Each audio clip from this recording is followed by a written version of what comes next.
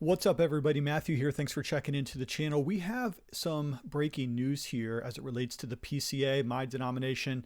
I am, as you know, an ordained teaching elder or minister or pastor in the Presbyterian Church of America, the PCA. We are a conservative wing of the Presbyterian or Reformed movement here in the United States of America. And the PCA is essentially the largest conservative, Reformed, Bible-believing denomination as it relates to the Presbyterian tradition. So the PCA in some ways is a leader as it relates to the evangelical church more broadly, and it's certainly something like the flagship for confessional Presbyterian conservative denominations here in the United States. So the reason I say that is because whenever the PCA moves in a particular direction, very often because of the number of authors, theologians, large churches, influencers, the PCA is a significant movement within the Reformed body as a whole. Now, what I'm going to do is I'm going to share with you a rather long thread that was just posted by Paul Bigler, DA, and his username here is Frank Capra Jr. I'm not sure which of those is his real name, but when we look at his identification here, he lists himself as Presbyterian husband, father, lawyer. So we take him to be a person of law. Now, here's what he says. We're going to read quite a bit of this, and I do find this to be scandalous myself. I'm going to allow you, the viewer, to make your own assessment as to this information, and then I will likewise try to draw some conclusions from my own opinions. Now, he says this, PCA Deaconess Report findings with beacons, shining beacons right here on the tweet. He says, I've recently concluded an investigation into the many churches in the Presbyterian Church in America, the PCA, to determine whether any of them have female deacons or deaconesses, as they are commonly called, listed on their websites. I am now ready to release my initial findings. This data comes from readily available information on PCA church websites, taking these sites at face value, as this is how churches have chosen to present themselves. Okay, so when he says investigation here, please understand this is not an official investigation from a Presbyterian or from the General Assembly, but rather this individual has taken it upon himself to do research into the question of whether or not there are deaconesses, female deacons within the PCA. Now, there ought not to be. There ought not to be, because the scriptures do not teach that. The scriptures teach that males, men, are to be qualified, biblical men, for the offices of pastor, elder, and deacon. Let's go through some of this. So it's a long, very long thread here. He says, background on me, I'm a member in good standing of the PCA church. I'm not an ordained elder or deacon, but I've been a lifelong member of the PCA, care deeply about its well-being. I love the PCA. I want to see it flourish in purity and peace. Context, he writes, at the PCA's annual General Assembly in 2024, now this is important, an amendment to Section 7-3 of the PCA's Constitutional Book of Church Order, the BCO, was ratified by at least 2/3 of the presbyteries.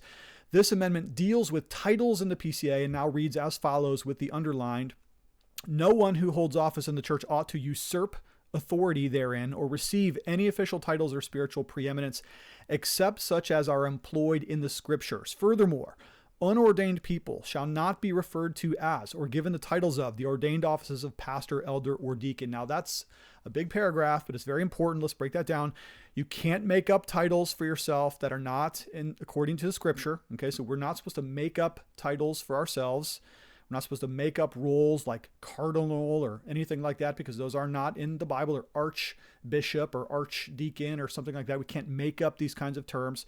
We're to use the biblical terms. And for us as Presbyterians, we discern that as the teaching elder, same thing as a pastor, same thing.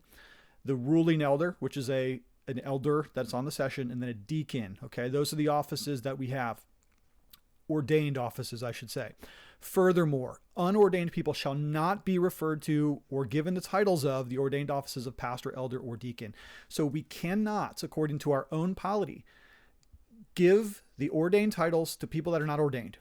Now, sometimes we will colloquially refer to the youth pastor or the music pastor, and if they're not ordained, the Book of Order says we should not do that. So you can't then apply the title of a deacon to a person who is not actually ordained as a deacon. Now, that's going to become very relevant as we go through here.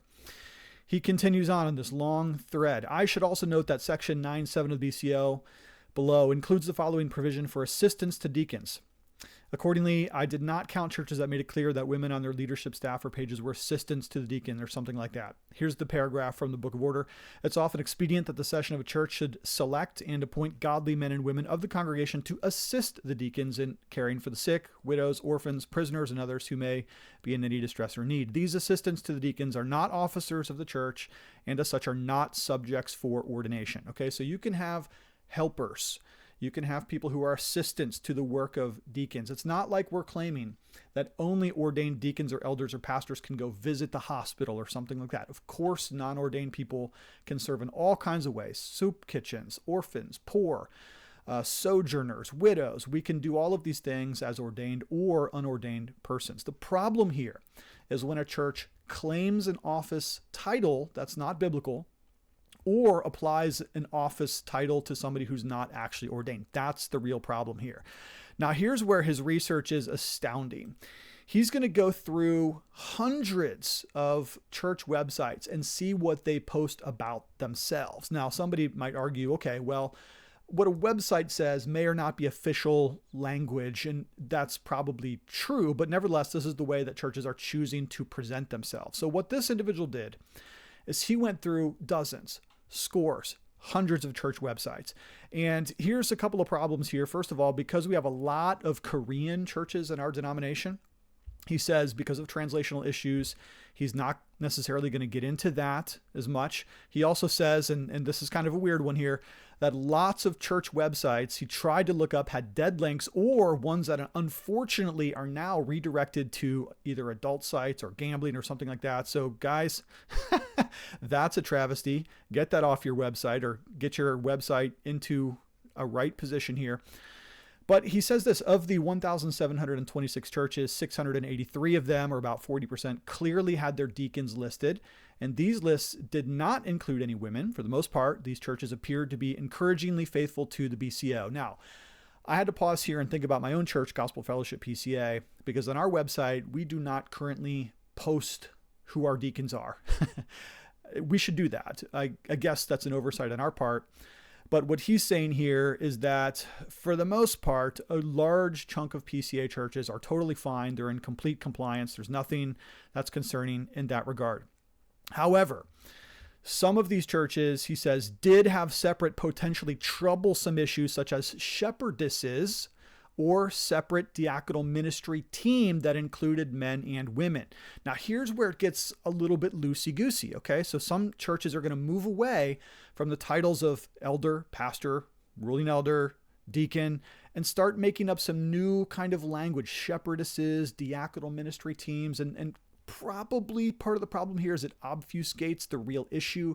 They're trying to have their cake and eat it too. They really want to be egalitarian perhaps and have females amongst their deacons, but they're just going to move the terminology just a little bit. And so we're going to start to see dozens and dozens of churches that have done this. Now it's going to get even worse than that. Okay. He says of the 1,726 churches, 709 of them, or about 41%, I categorized as unknown, meaning they did not have a deacon list or the word deacon used on their websites. Okay, so that's Gospel Fellowship. Unfortunately, our website could probably use some updating. He says some of them were fuzzy, unclear. That's fine. Now let's get into where it gets really weird. We have a lot of states where there are numbers of churches that have female deacons listed on their websites. Okay, so let's move down here, and he's going to start showing some examples. Now, before he gets into calling out any churches by name and by face, he mentions that there are some that have some very unusual things that maybe don't pertain to Reformed theology at all. So here's a couple of links related to some very controversial thoughts on race or social justice, as the case may be. And I'm just going to go down here, and now he's going to show some websites for some really, really questionable things going on here. In Arizona Presbyterian, Ascension Church of Arizona begins to list a deacon team with commissioned deaconesses. Note the careful skirting of the language here, but to the casual observer, it very much looks like they have a number of female deacons in their church. Here's another one.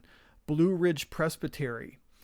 Here's another one. Just going down, you're just going to see that there's dozens and dozens and dozens of examples. Now we have something here Commissioned deaconesses, again, Calvary Presbytery, Downtown Presbyterian Church, bunch of female deaconesses here.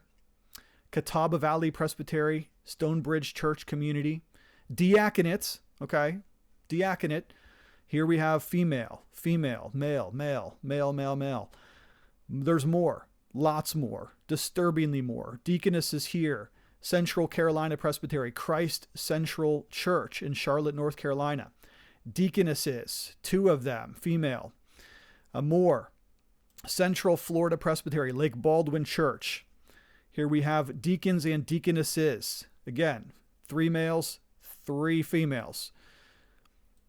Lots and lots of churches that are like this. Central Indiana Presbytery, Redeemer Presbyterian Church, deacons and deaconesses. Scrolling through, lots of females here. Chesapeake Presbytery, and on it goes. So we could just do this all day. He's got tons of these, and my goodness, what can we say? What can we say about all this? Well, let me try to make a couple of rational thoughts. First, I do not believe that there is any biblical warrant for ordained females in the church, in the PCA or any other denomination. I recently just did a video a couple of days ago in which I disabused us of a number of passages that are very often wrenched out of their context and used to support what I believe is the unbiblical position of ordained female officer. So let me just state that clearly. I think that a lot of these churches are trying to have their cake and eat it too. They know that sticking to our complementarian convictions is unpopular amongst liberals, progressives, the social justice types. And so either they're going to do one of 2 things. Either they're going to equivocate as to language and begin inventing new kinds of terms and terminologies so as to simply kind of cover up what they're doing to the less educated reader, or simply, quite honestly, they're just going to buck against in rebellion the Book of Church Order and do what they want to do and basically say, well, either stop us or discipline us. And I find that to be incredibly discouraging. Now, let me just wrap up with this. I love the PCA. I think it's a fantastic denomination. I'm very proud of the Presbyterian Church in America. Very glad to not see Ascension Presbytery, our presbytery, mentioned in this list here. But there's a lot of information for you to go back through. And I do recommend that you check out this post. Again, it's Paul Bigler, DA, at Frank Capra Jr., or you can find this post on my Twitter. I've got it retweeted as of today. I'd love to hear your thoughts on this. Initially, a sense of discouragement for me that there would be churches so willing to simply undercut biblical teaching as well as to go around our Book of Church Order. I find that very frustrating. But perhaps let's make as charitable of an assessment as we possibly can. Perhaps their website team is slow to make adjustments since the Book of Order changes that we recently clarified in our Book of Church Order. Perhaps they want to be in conformity, again, to some of these Book of Church Order languages, and maybe their online presence team is slow on the uptake. It could directly be the fault of the pastor or the elders, I would suppose. But in as much as this has been now somewhat publicly called out, I do think changes should probably come. And I do want to thank Paul Bigler or Frank Capra, I'm not sure which his real name is, for doing this research. It's an incredible amount of personal research that he had to put into this to bring us this kind of finding. Okay, well, I'd love to hear your thoughts on this. Thanks for checking in to this channel. I do love you lots, and we'll talk to you later.